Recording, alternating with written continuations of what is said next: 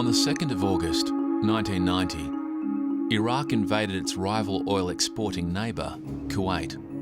The invasion was widely condemned, and 4 days later, the United Nations Security Council unanimously approved a trade embargo against Iraq.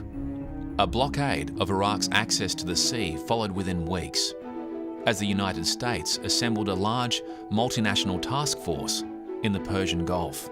By the end of 1990, the coalition force numbered some 40,000 troops from 30 countries. Australia was one of the first nations to join. Australian warships conducted blockade operations in the Persian Gulf, forming part of a protective screen around the United States Navy's aircraft carrier battle groups. Australia also provided a supply vessel, 4 medical teams, and a mine clearance diving team for explosive ordnance and demolition tasks.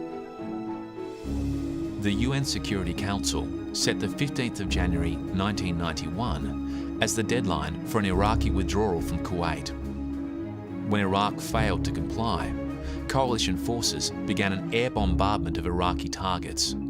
Within 4 days, they had destroyed the Iraqi invading forces and driven the remnants out of Kuwait, although the Iraqis retained significant military strength intact in Iraq. After more than a month of air attacks, the coalition's ground forces moved against Iraqi positions in Kuwait and in Iraq itself.